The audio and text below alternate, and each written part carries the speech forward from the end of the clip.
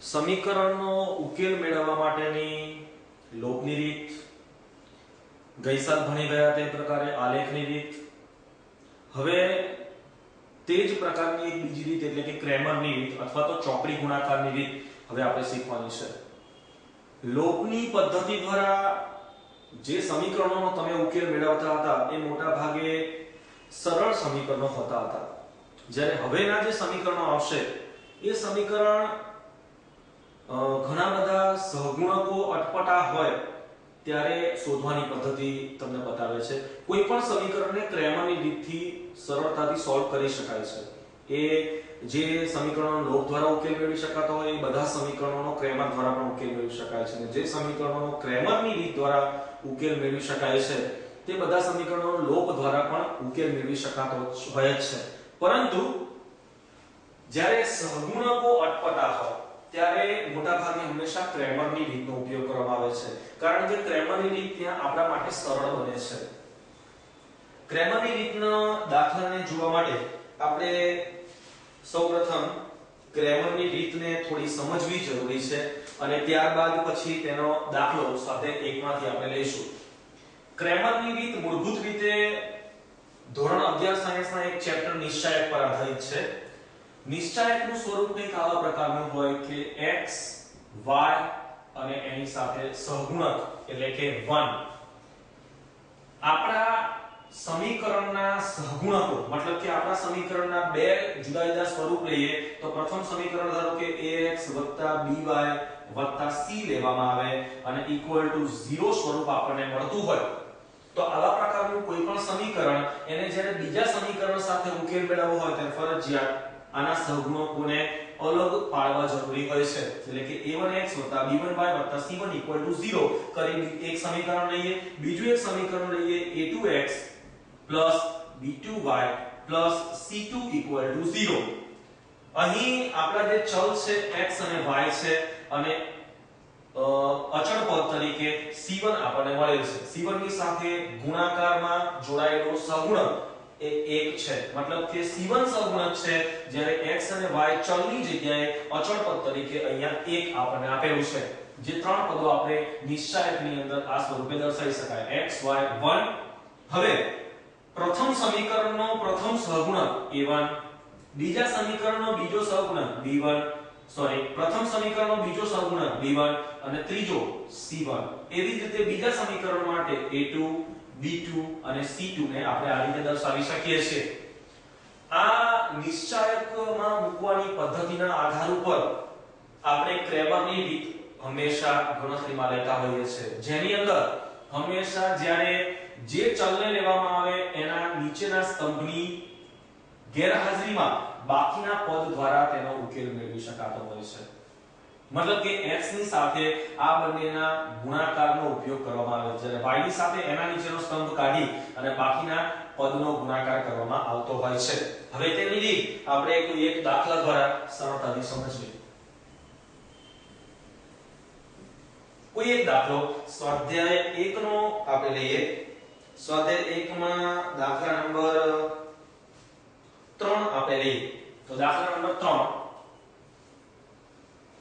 3x plus 2y plus 25 equal to 0 અને 2x plus y plus 10 equal to 0. આ બે સમીકરણ આપણે લઈએ.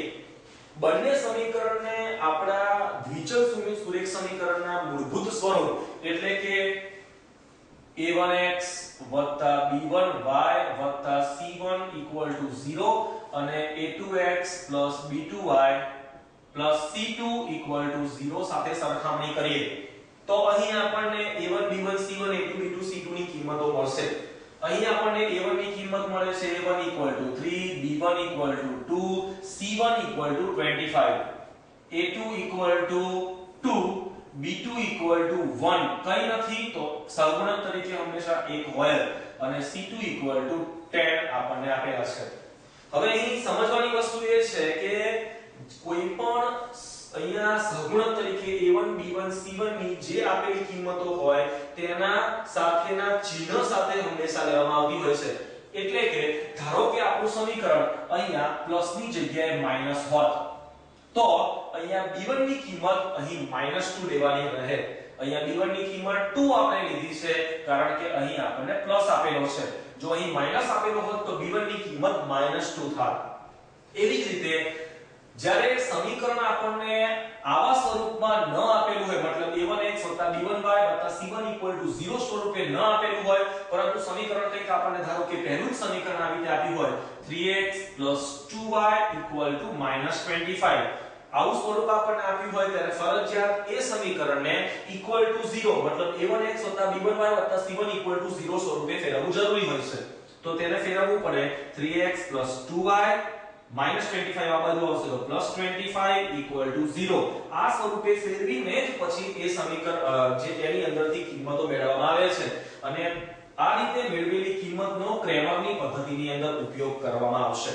હવે ક્રેમરની પદ્ધતિની અંદર તેનો ઉપયોગ કરવા માટે આપણે આ બધી જ કિંમતોને કોઈ એક નિશ્ચિત સ્વરૂપમાં તમારા ધોરણ 10 ની બુકની અંદર ન આપી હોય એવી એક સામાન્ય મેથડ હું તમને શીખવું છું.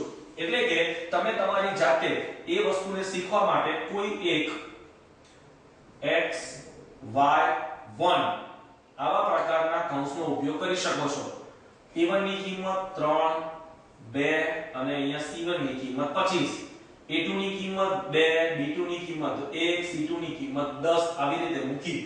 હવે આની અંદરથી આપણે ક્રેમરની રીત માટે જરૂરી એવું ભાગ હવે આપણે મેળવવાનો છે. એટલે કે અહીં આપણે જરૂર શેની છે તો x ના છેદમાં આવતા પદોની, મતલબ કે આ બંને પદોને દૂર કરવામાં આવે, આ બંને પદોને જો ન જોવામાં આવે તો બાકીની બે વસ્તુઓનો ક્રોસ ગુણાકાર કરી તેમની વચ્ચે બાદબાકી કરીને જે સ્વરૂપ મળે એ સ્વરૂપને ક્રેમરની રીતમાં દર્શાવવામાં આવે છે.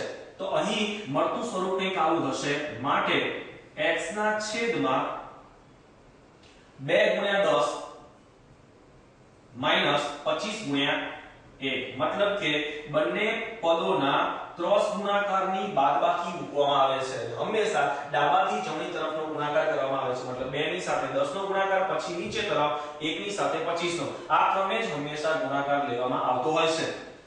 જેટલું આનું મૂલ્ય થશે, આ સ્વરૂપનું જેટલી કિંમત જેટલું મૂલ્ય થતું હોય છે એટલું જ મૂલ્ય એટલી જ કિંમત એના બીજા ભાગ એટલે કે y ના છેદમાં અહીં y નો મૂલ્ય જ્યારે લેવામાં આવે ત્યારે એની નીચેનો સ્તંભ દબાવી દઈને બાકીના ભાગને લેવામાં આવે છે. મતલબ કે અહીં હંમેશા જમણી તરફના ભાગને પ્રથમ લેવામાં આવતો હોવાથી એવું કહી શકાય કે આને દબાવ્યો તો અહીં આવશે 25 10 અને એના પછી આવશે 3 અને 2.